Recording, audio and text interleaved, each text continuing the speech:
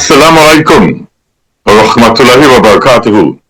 Welcome to Islam Chose Me, right here on IBN Channel 8, the Islamic Broadcast Network. You can find us on Facebook and TivoTV.com. Also on YouTube, look for IBN Master. I'm your host, Brother Mtima Solwazi, the activist educator. And each week, we will share with you the powerful journeys of our brothers and sisters who have embraced Islam. Their stories of discovery, struggle, and transformation reminds us of the truth that Allah guides whom He wills in ways that inspire and motivate us all. So today, you are seeing a very familiar face in Trinidad and Tobago, and he was on IBN recently, right here on Islam Chose Me. So why have we brought back Doctor or Brother Doctor? How to put it? Doctor Brother or Brother Doctor? Either which way is fine. and Dr. David Muhammad, fondly called Brother David, right? And today, he is coming to share with us or shed some light on the NPO sector. So last week we looked at over 3,000 NPOs have been listed for suspension or cancellation, right? That came out in March. And prior to that, last year, sometime around October, thereabouts to February, hundreds of NPOs have been deregistered. Now, we have seen in the newspaper where 3 international organizations have been designated terrorist organizations, and as such, it is said that because we have no knowledge of their presence in our country, but if they are associated with any NPO, those NPOs, the assets will be frozen, the property, the financials, would be seized or frozen. So we want to really explore that in the context of what is the survival of NPOs, not linked to terrorist group, but in general, NPOs depend on grants, depend on funding streams. And we could wake up one day and hear Mtima is not speaking with David again. So Mtima is saying no transaction or no business is to be done with David because he's blacklisted. Right? Because someone told me recently, as of last year, January, that NPOs will be a thing of the past. Brother David, based on that introduction, are NPOs or will NPOs be a thing of the past? Well, first of all, let me say Bismillah ar-Rahman ar-Rahim and Assalamu alaikum to all the viewers and listeners. And just to put things in context a bit, NPOs being non-profit organizations, and then of course NGOs being non-governmental organizations. And now each are under the microscope as to the continuation of their existence based on global geopolitical issues. I don't believe that this is moving towards a place where such organizations will no longer exist. But what it does tell me, though, is that organizations under these categories have to now more than ever take 2 essential lines of action. One is, I believe that we must slowly, incrementally, but surely begin to detach ourselves from reliance on the state, and secondly, network ourselves in such a manner that our interconnectivity with one another and our working relationships with each other are positioned in a much more lucrative way that we can symbiotically benefit each other's existence by our own presence. The amplification of resources that are available through our unity can even match the value of what we may be able to receive, say, from the state on terms of funding. I think with my organization, which is registered, one of our biggest misconceptions, or one of the public's biggest misconceptions about us, centers around the whole idea of funding. Yeah. And the more that time goes on, the more I say with pride that we have never, whether it's the Black Agenda Project Organization or the Kwame Ture Education Center, or my religious organization, the Nation of Islam, which is a worldwide movement, no entity that I'm involved in at any point has ever received as much as a single cent from the government. And while that is the case, an outsider looking in may see both advantages and disadvantages to that approach. A clear disadvantage would be, of course, less financial resources to be able to achieve and accomplish agendas and a mission and a vision and objectives and aims that we may have collectively as a movement. So clearly it's a disadvantage to have less financial resources available. But I believe equivalent to that is the advantage of being able to stand independently, self-sufficiently, reliably, and not to have to bow or cower or submit to policies of a government that we may disagree with by conscience. To me, and this is just my view, people who are in government, as well as people who support governments or political parties, in a world like ours, and in particular microscopically in a society like the one that we live in, I believe such persons constantly wrestle and battle with their own conscience because it becomes a requirement at times to agree with something publicly that you disagree with privately. Yes, This kind of arrangement, this kind of setup creates a scenario where I might in my heart want to condemn something, but in my mind I'm calculating, but this might have a direct impact on my food, clothing, and shelter. Well, I'm not going to say if it's in your mind or in your pocket. Exactly. And I think in our society in particular, it pushes someone close to the edge to have to make these kinds of decisions. And I'm also of the view that in the way that our political system is structured, that most people end up going against their conscience. Yes. Because they feel that this is like only way of survival. Yes. But I would say to that, as a Muslim, Allah teaches in the Quran that we must not be fooled or misled by what appears to be the prosperity and success of those who have chosen evil as a strategy or methodology to succeed in life. As an outsider looking in, there is this visual appearance that they're being successful of this world's life. But there's a higher principle which is referred to as the unseen, where there is also judgment taking place. There's also evaluation taking place. There's also consideration or comparison next to true principles, which is not seen.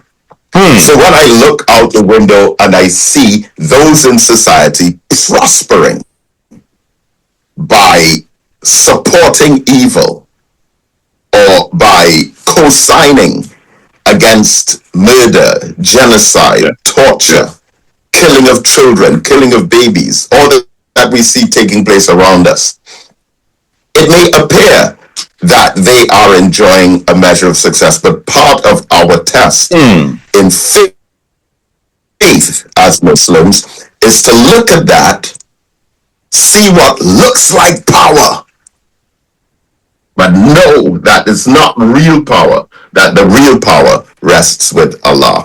And so on the organizational level, I think being detached from the state gives us a broader freedom to be able to express and address a lot of the contemporary issues that too many sectors in society are failing to address today. And your introduction is so clear. Look, watch out this. And you mentioned in terms of, and well, I really applaud you all because I know of the work you all do, and to be doing that without that support, that financial support from governments is really commendable, right? Now, Brother David, you would have seen a situation last year, January, when that affect a situation that the US administration took, the new administration, that affected the world, which was basically shutting down USAID, right? Now, USAID was supporting hundreds and thousands of NPOs worldwide, globally. That's a global effort.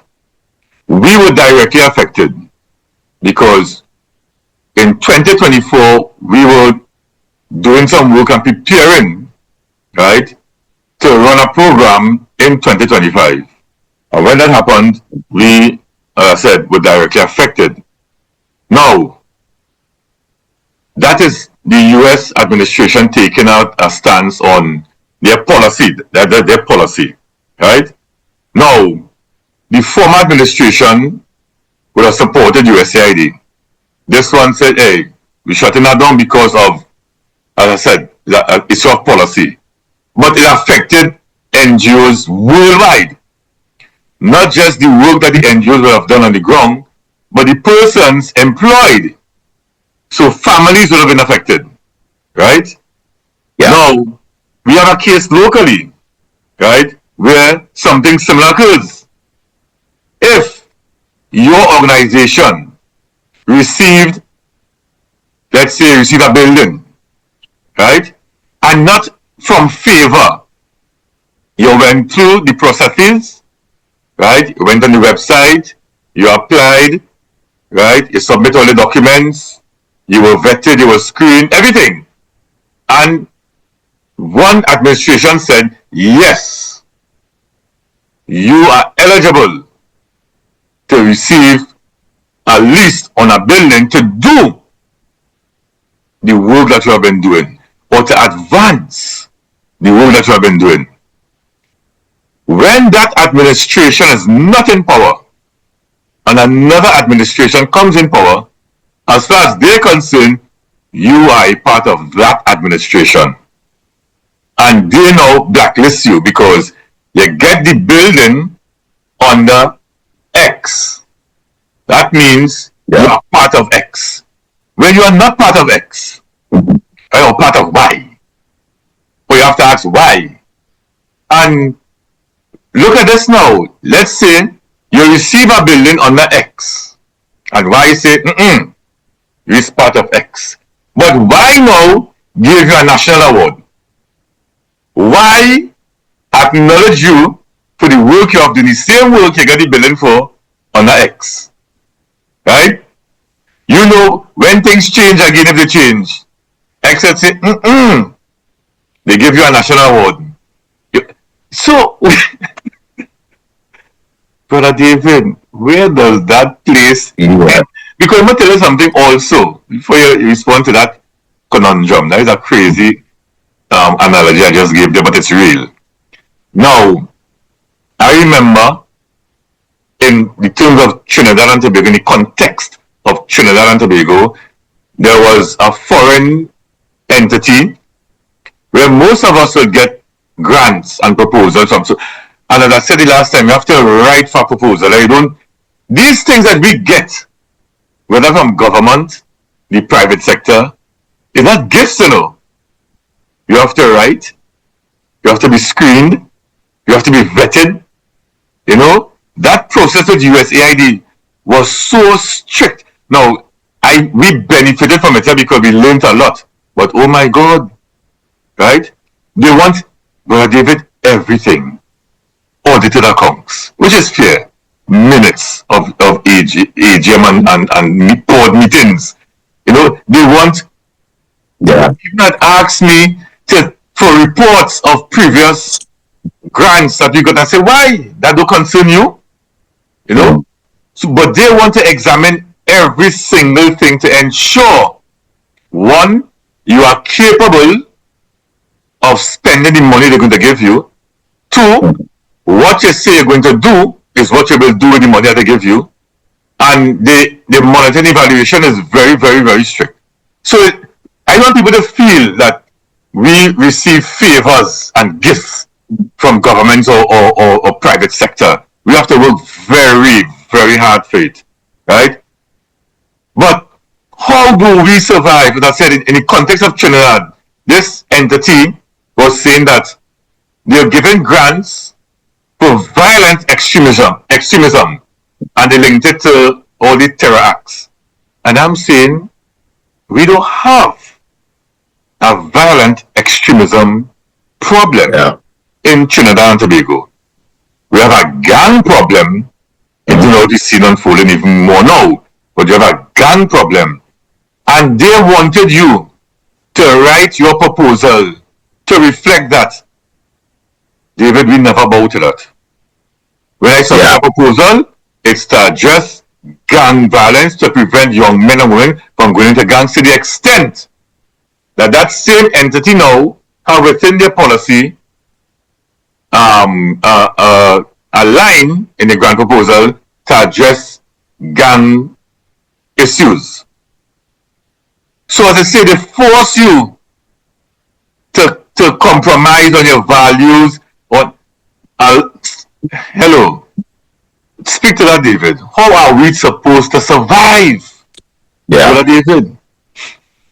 Well, you know, first of all, this idea of regime change from one government over to another, and you had organizations that would have been independently working, however, would have been linked to one regime, and then when another regime comes in, are treated as if they were part of that regime, the last regime, simply because they existed at the same time. That is a serious error in perception, in my view. And I would say I have even experienced that. So, for example, it was 11 years ago now that we received the land where we built the Kwame Ture Center on. We received it in 2015. That was interpreted by some as an indicator that we supported the government that granted the land, and the furtherance of that misconception is the belief that you're against the government that did not. Yeah, I don't know how they come to that. Right. So these are the kinds of conclusions that we jump to in our kind of society, because everything, or so many things, are so deeply rooted as political. It's like being the chairman of a state board. There are those who naturally assume, and I guess with good reason, that if you're the chairman of a state board, then you are in some way empathetic to the government that would have appointed you. And again, I know that that has been the pattern. Yes. And then the extension of that misconception is that, well, you must be against the government that did not. And as the passage of time exposes truth, in my case, for example, one would witness my independence. I keep saying, or sometimes it's like issuing a disclaimer that I've never supported a political party, never did, never voted, never been in those circles. And I enjoy my independence from that. Some see that as, on one side, you're against them. On the other side, you're disloyal to them.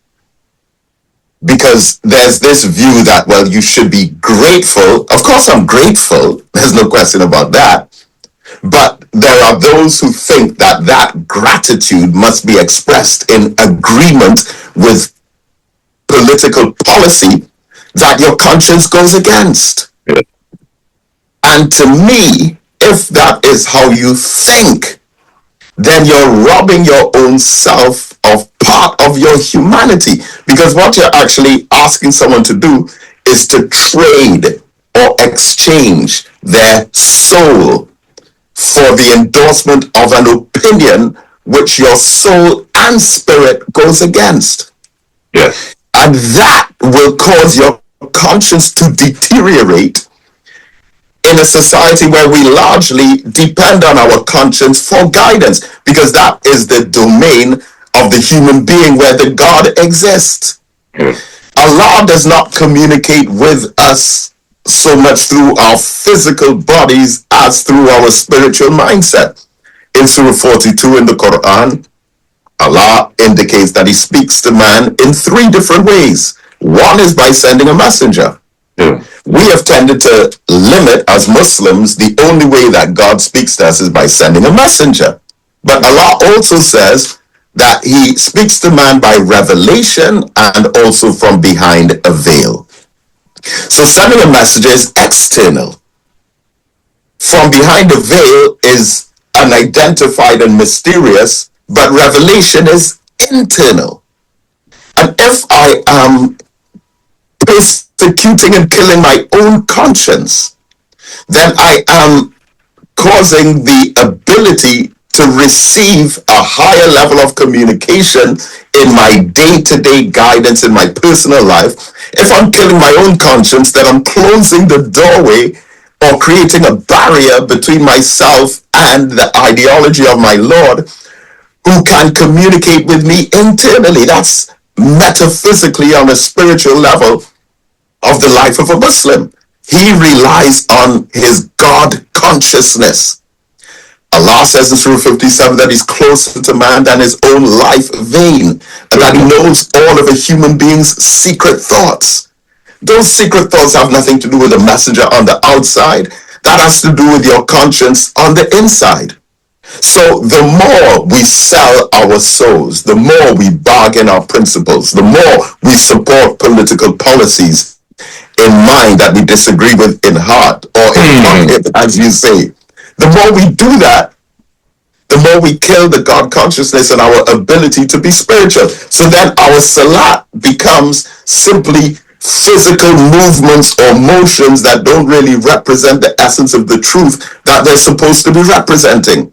Yeah. And I don't want, my Islam is much more valuable to me than my job, than my bank account, than my house, than my car. Because all of those could be taken away and my Islam could bring it back. Yeah. But if my Islam goes, then everything about me that is of value is gone. So I have to protect that now. So this dichotomy that we face with, on the organizational level, there's a theory in sociology by this philosopher, postmodernist called Michel Foucault, who spoke about surveillance society.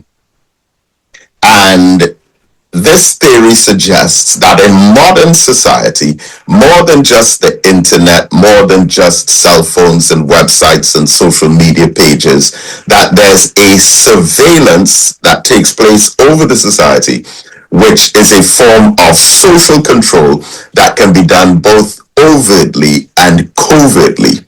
And part of the covert surveillance that society carries out over the public to make sure that everyone is in line with the doctrine of the government is through organizations. Now, there's this classical book in all my lectures in the United Kingdom, right? Sociology and psychology and criminology lectures. I always ask A-level students, what subjects have they done? And in most cases, it would be the social sciences. But as soon as a student says to me they did English literature, I immediately ask them, did you read the great book by George Orwell, 1984? Now, many would have read Animal Farm. In Trinidad and Tobago, in our school system, I think for CXC literature or CSEC literature, I think it's still on the syllabus. But 1984 is an equally compelling book by George Orwell that was written in the middle of last century. And this is where this term comes from, where it said, Big Brother is watching you. Now, this was almost prophetic in that in 1984, the key character, Winston, was living in a society where all the homes across the community, across the city, across the country, had a television in them. But instead of the families watching the television was watching the families. And the audio and visual feed of what was coming through the television was being monitored by national security forces who were scrutinizing the conversations that take place in homes. And if you are around the dinner table and you're having a conversation with your family and the thought police were concerned about what you were talking about, they will pay you a visit at your home. Now, that was written in I think around the 1940s, 1950s. Today, you have non-governmental organizations or non-profit organizations, you have movements, you have associations, you have different clubs, and many receive funding from the state. Yes. But in order to receive funding from the state, it is as if you have to put that metaphorical television box in your house so they can monitor you. Why else would the state ask for minutes for board meetings for organizations? Why would they ask for accounts, spending records, list of activities, members of committees? Yes. That is literally like putting a camera in the midst of your privacy. Yeah. And so through all of this scrutiny and monitoring and surveillance, they are able to check, measure, and evaluate to what extent you pushing your agenda might clash with them pushing theirs. Yeah.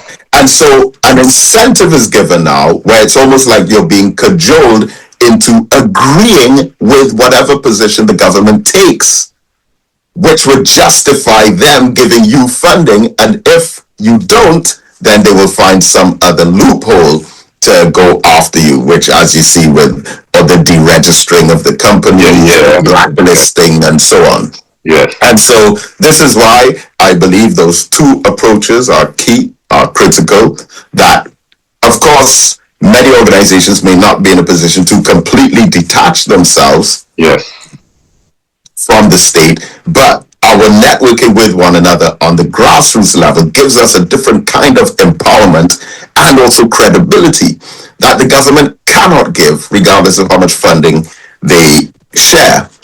And I think as well, in our society, there's a very heavy belief that if we're not funded by the government, then it's almost as if it doesn't make sense doing some of the work. But again, I am of the strong view, that if there is any kind of national or public benefit for the work that we are setting out to accomplish, it would naturally fall in place by what is called the law of dominant desire.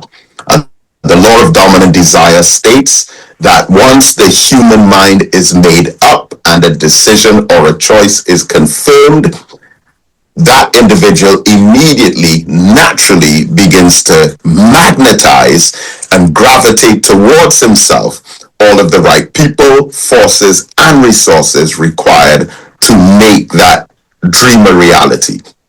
And that has literally been the fuel that we've been functioning on for the last 10, 20, 30 years, as long as we can remember. And just one last thing.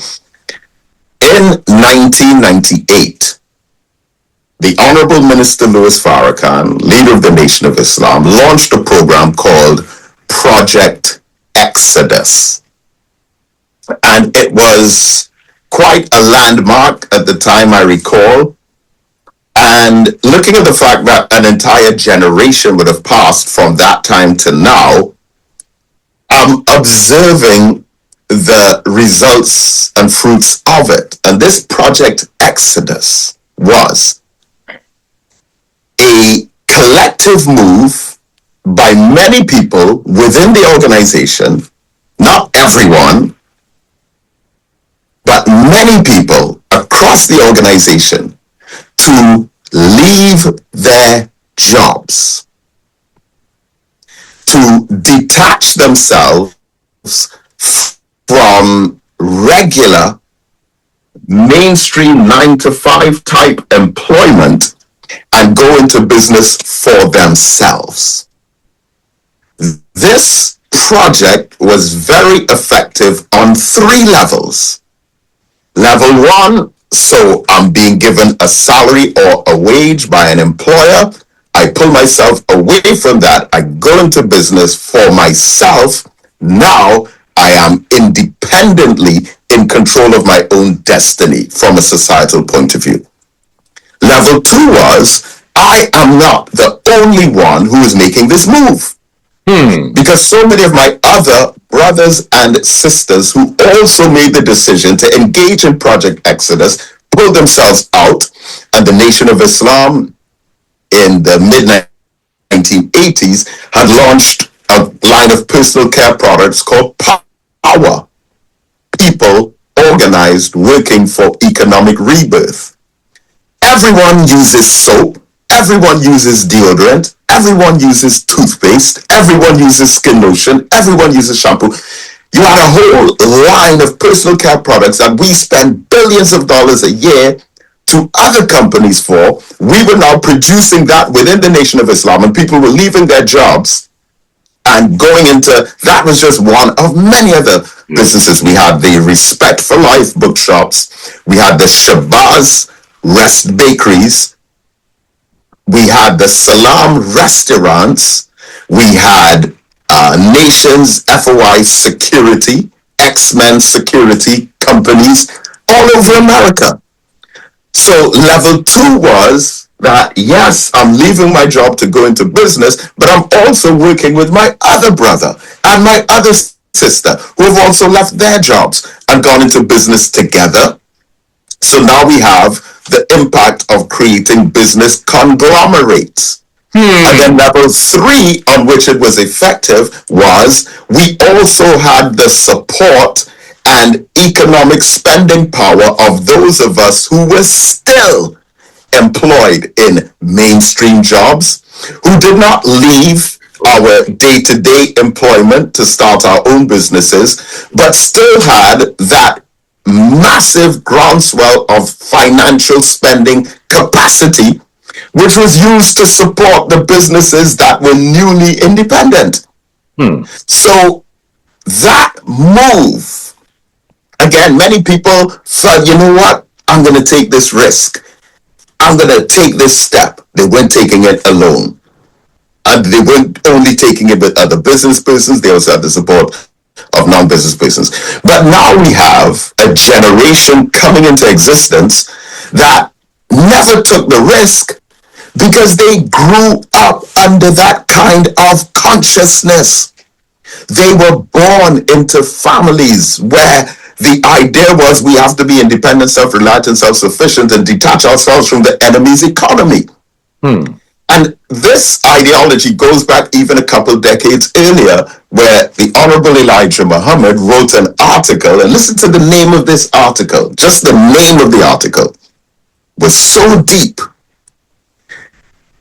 Because Elijah Muhammad wrote an article in the Muhammad Speaks newspaper entitled, and this is in the 1960s, the name of the article was How to Get Employed and Stay Employed. Now, many people look at the title of that article and say, but isn't that a contradiction to what you Nation of Islam people are talking about? You're talking about doing for self and supporting black business and coming together and working with one another and being independent. Why would you write an article about how to get a job and keep a job? Wisdom, beloved. Because that article was about, if you read the whole article and left out like the last quarter, you would have been lost. Because the Honorable Elijah Muhammad, this is the advice that he's given to black people. He's saying, you're working for the white man, you're working for someone outside of your community. He said, show up on time. Be early. He said, don't leave early. Don't shortchange your employer. Don't take every opportunity that you can to waste time. Give him an honest and full day's hard work. Don't look for shortcuts. Don't try to escape from the heavier burden of the task. And you're reading this. Wait, this is Elijah Muhammad who's writing this? He says, be loyal, be punctual, be consistent, be diligent, take your job seriously. I'm like, wow, where is this leading to? And then when you get towards the end of the article, the Honorable Elijah Muhammad says, because when we build our own supermarkets, open our own clinics, establish our own banks, build our own shopping malls, grow food on our own farms and sell food in our own supermarkets and prepare food in our own restaurants, when we emerge and evolve as a community, that we would already have the kind of discipline, professionalism, occupational readiness and preparedness to successfully run a business model or operation that can yield success. And all of these habits become cultures, and the cultures become the ways of life that we conduct ourselves in our professions. Because look at the complaints that we have about businesses in our own community. Look at the kind of complaints that we make. And think of the typical person who owns a business, and every time he wants to buy something, goes into the cash register, takes out some cash, or treats his own business as if it's designed to provide a platform of luxury and enjoyment for him. I'm going to take a holiday. I'm going to close up early. I'm going to go in late. I'm going to sleep for an extra 2 hours because I am the boss. Yeah. But when I read that, I thought to myself, beloved, this is wisdom. But in addition to that being wisdom, this is the day that all of that wisdom was relevant for. Because now more than ever, especially with what's happening globally and this surveillance, this monitoring, even apart from like what we referenced in the non-profit organizations and the request for accounts and spending and board meeting minutes and so on, you have medical records. You go to hospital, think of the form that you have to fill out with all of your details and information even before they give you a tablet. Yeah. I mean, what does my religion have to do with? Well, I guess it could. Let me let me take that back. It could. It could.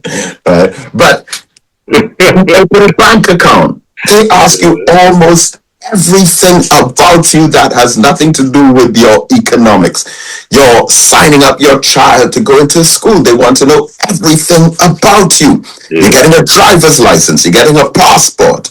You're even getting a utility bill in your name, whether it's electricity or phone or cable. Everything, all of your personal and private information needs to be surrendered. Now, for the most part, that's not a problem. But if there is some kind of potential clash of ideologies of civilizations, then there is a record that is ready and available for them to peruse about you. Yeah. That they can go into and extract, and if need be, from their point of view, use against you. So it's not only is it surveillance, it's a kind of policing that manifests itself in health, in education, every aspect, in law, yeah, in every aspect. Yeah. Now, you mentioned two things, and the time will be flying so fast, Brother David, but you mentioned two things, and I want us to really go into it. Now, later you mentioned there, I have been telling my young people at Roots Foundation, yeah, from ever since, see yourself as a department. Don't see yourself as David Muhammad, right? Who does photography for the organization. See yourself as the department of photography, the department of spoken word poetry, the department of project management, whatever it is. You are a department, and I'm telling you, they could not. Some of them could not have seen what I'm telling them, and but no, I didn't just say see yourself as a department. It sounds kind of weird. You could relate it off the bat. Yeah. But I said, see yourself as a department. So when you are in charge of a department, you know how to manage people. That's the point right there. Elijah Muhammad did. And look at it now. We are on the verge of opening a school. Could we manage a school? Have we been seeing ourselves as a school? And that could be for our next interview. Because this, people ask me, so you have the building now, what you doing? Listen to me, Brother David, as I share with a friend. Since 1990,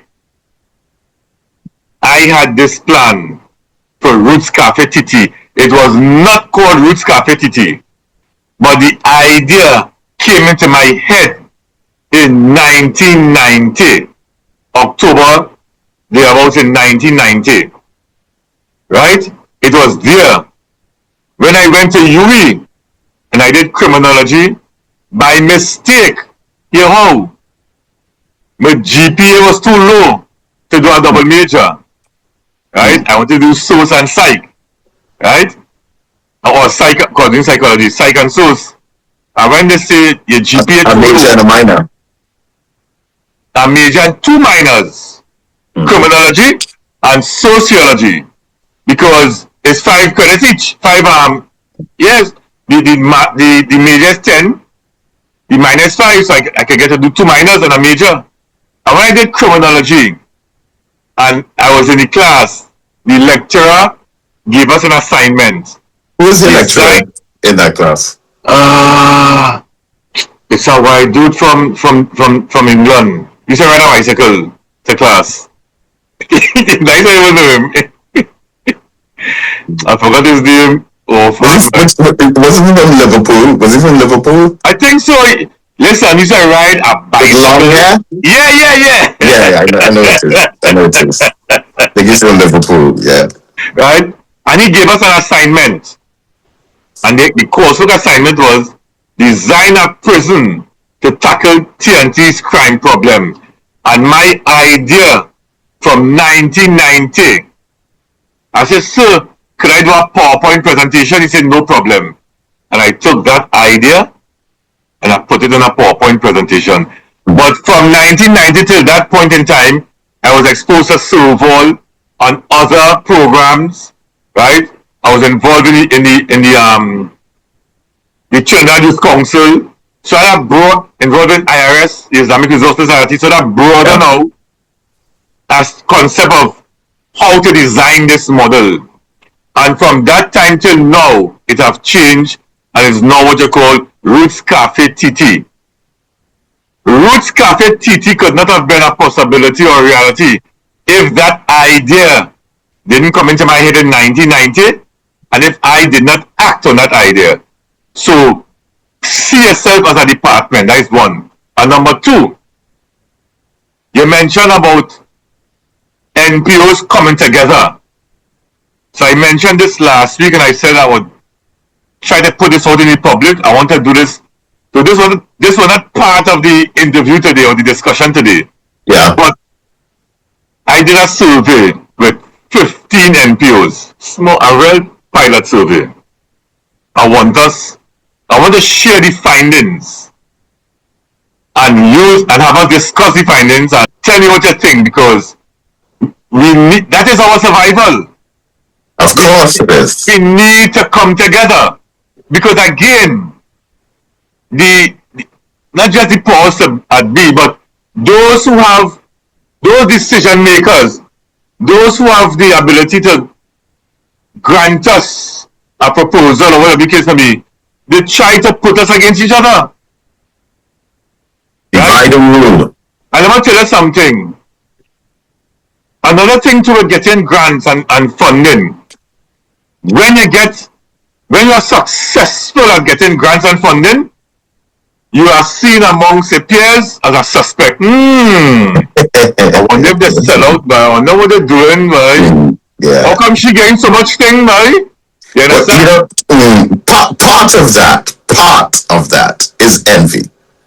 It's a natural kind of envy that Brother Farrakhan addresses when he makes the distinction between envy and jealousy. Jealousy can be healthy. Jealousy is when someone has something that you want. Yeah. And if that is within the spirit of ambition for a noble cause or a productive goal, right, that can have some kind of positive function. But envy, which is dangerous, is when someone has something that you don't want them to have. And if you are bestowed with some kind of benefit, and then someone, they don't necessarily see themselves as receiving it, or they don't necessarily see themselves as a candidate or a recipient for it, but they just don't want you to have it, that's when it becomes dangerous. Not dangerous to you, the victim of the envy, but dangerous to the envy. And this is why Surah 113 in the Quran says, say, I seek refuge in Allah from the evil of the envier when he practices envy. Yeah. So, well, David, listen, this interview rolled out more than I anticipated. But I shouldn't be surprised. Is Dr. Brother David. But I really want to share the findings. It's not much. Yeah. I want to get your analytical and you could have a lot of experience, you travel a lot, and you understand this topic at heart. I don't want to call it survival of NPOs, but we have to see how we can really survive beyond being dependent on state or even private sector. I say to my colleagues, we should reach at a level where they come into us. Hey, Brother David, what you're doing now? No, they want we should not be writing proposals to them. They should be coming to us to see if we could carry out their corporate social responsibility.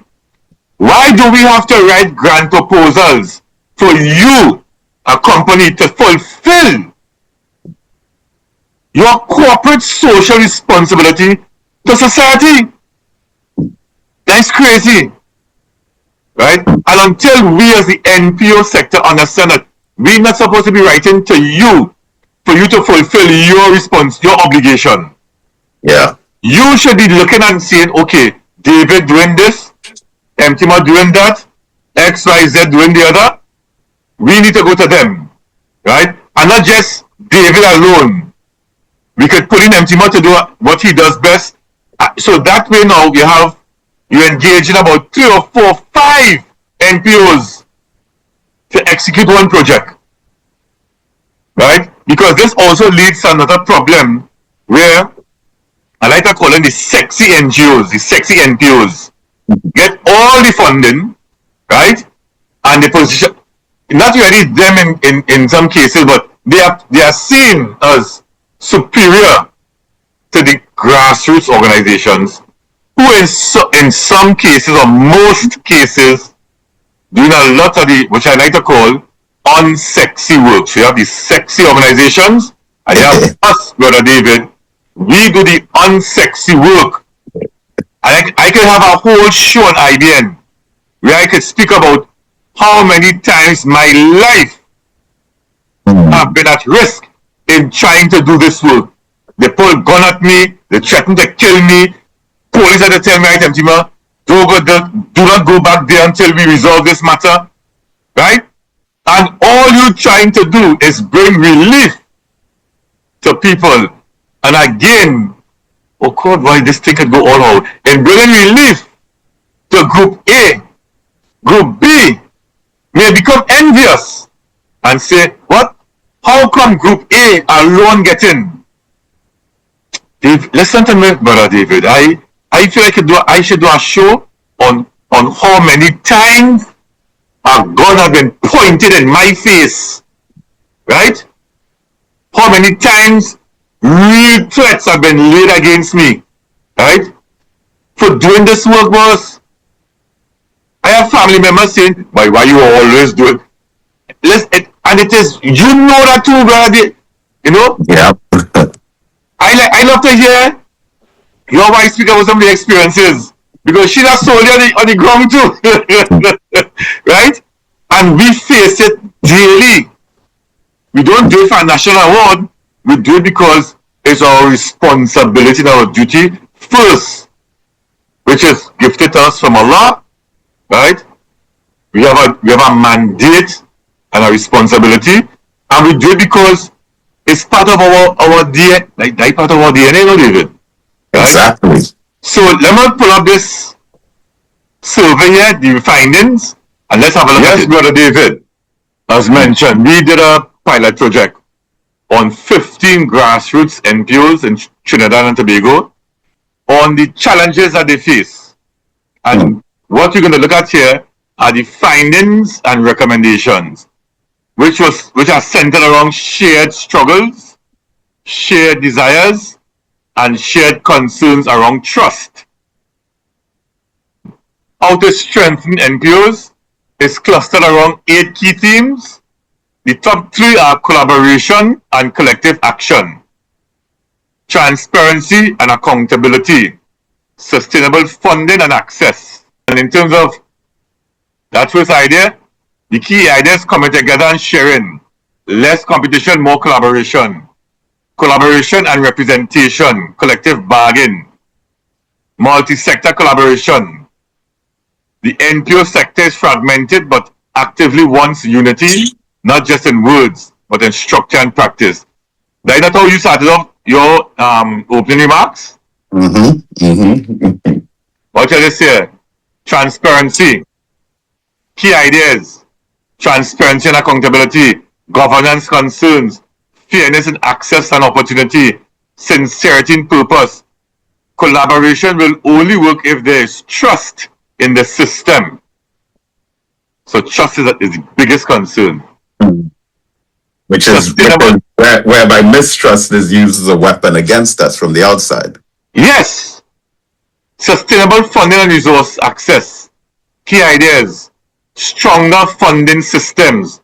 Corporate funding directory. Incentives from government. Sustainable funding models. Too much times we are funded or we are given funded for interventions, not sustainability. So after the intervention, we back to the same way we were before the intervention. Right? Yes, brother David. Let me hear your analytical professional. What do you think of this? Is 15, eh? 1-5, Yeah. 50. I think this should be eventually incorporated as a template of our understanding of how society should function. We tend to have this culture whereby whoever holds the finances makes the decisions. And sometimes being in possession of finances creates an arrogance about who they think should make decisions. Yes. Hopefully, this would become a standard operational approach to empowering organizations Amen. who have the expertise on the ground level, such as your movement, Yes. to be given the same independence that would help the organization function in its greatest capacity. That right there is one of, to me, the state's biggest failings. A major shortcoming of the society is that because the state holds the resources in the treasury, that it automatically gives them the authority to make decisions in areas where they don't have the necessary expertise. Oh gosh, man. Listen. For So real. you're supposed to have a better understanding of human resource management as you do of financial and fiscal responsibility. So rather than just apportioning funding to different areas and sectors of the economy, you should be able to identify those with the experience, the expertise, the track record, and the existing programs to channel funding towards. Then you're empowering them in a way that will end up benefiting the entire society at large. But again, because so much of it becomes entangled within the politics, there will be decisions taken as to, rather than me allocate funding to who the best person is, instead, I'm going to allocate funding to the best person among those who agree with me. Yes. And that might not include the best overall. No. And this, again, so this kind of approach, your research here needs to be standardized understanding for anyone who's entering into political office who has decision-making authority over the disbursement of funding. We should know we live in a society where a lot of people engage in a project because there's going to be funding. So it's like a hustle. So I'm gonna throw an event for children, or I'm going to host a seminar because I'm gonna get funding. And then if the funding is cancelled, the event is cancelled. Well, then to me, the event was never justified in having it in the first place if at the root of it was not the sincerity, the genuine concern, the seeking of the best interest of those who were being served, and the focus of the movement. Why should my work only be done if I'm getting paid for it? And, I say to the young people as well, I believe that I've been blessed to be able to enjoy my profession over the last 3 decades from something that I enjoy, something that I started off doing for free. And I still do for free in many aspects of it. In fact, I would still estimate, it's very hard, very difficult to estimate, but I would estimate because I lecture for a living, I teach for a living, I explain for a living. And I would estimate that at least 40% of what I do is for free. Yeah. And it would have started off as 100% of what I was doing was for free. Yeah. You know, it wasn't until a good few years later in it that it became a profession. But it started off as a passion. Yes. But the love has to convert the passion into a profession. Yep. And then that passion has to be sustained. Yes, Brother David. Listen, it's always a pleasure. It's my pleasure. Yeah, chatting with you and sharing and as I said, this was not part of our discussion today in sharing these findings, but the conversation led to that. Because that was one of your key themes in your opening, and then you brought it back again in terms of us coming together, and I decided, hey, let me just share this not only with you, but with our viewing audience. Right? Yeah. So I know the time is really upon us. So I want to say Alhamdulillah. I think, as usual, this was a moving and insightful conversation. We want to thank Brother David for sharing his insights, his valuable insights on, if we could call it, the survival of the NPO sector, not just in Trinidad and Tobago, but globally. But our focus is on our situation now at home here. Yeah. May Allah continue to strengthen our faith and guide us all on a straight path. If you have been touched by what you have heard for the past 2 weeks, we specifically zone in on NPOs. But every week I've been saying to you all, if you have been touched by what you have heard, remember that guidance is a mercy. Seek knowledge, ask questions, and reflect on the beauty of Islam.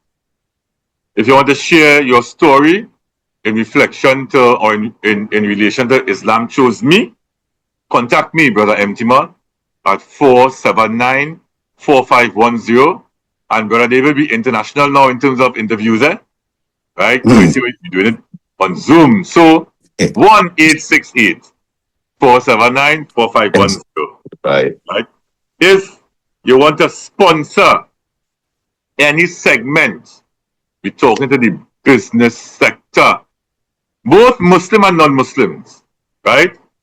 But in terms of non-Muslims, you have a stipulation what we will accept as sponsorship, right? Because this is a Muslim station, a family Muslim station. But if you want to support any program on IBN, contact Brother Hasib Majid at 795-5900. Join us again next Sunday at 9 a.m., inshallah, for another episode of Islam Chose Me, because every path to Islam is a story worth sharing. Wa alaikum assalam.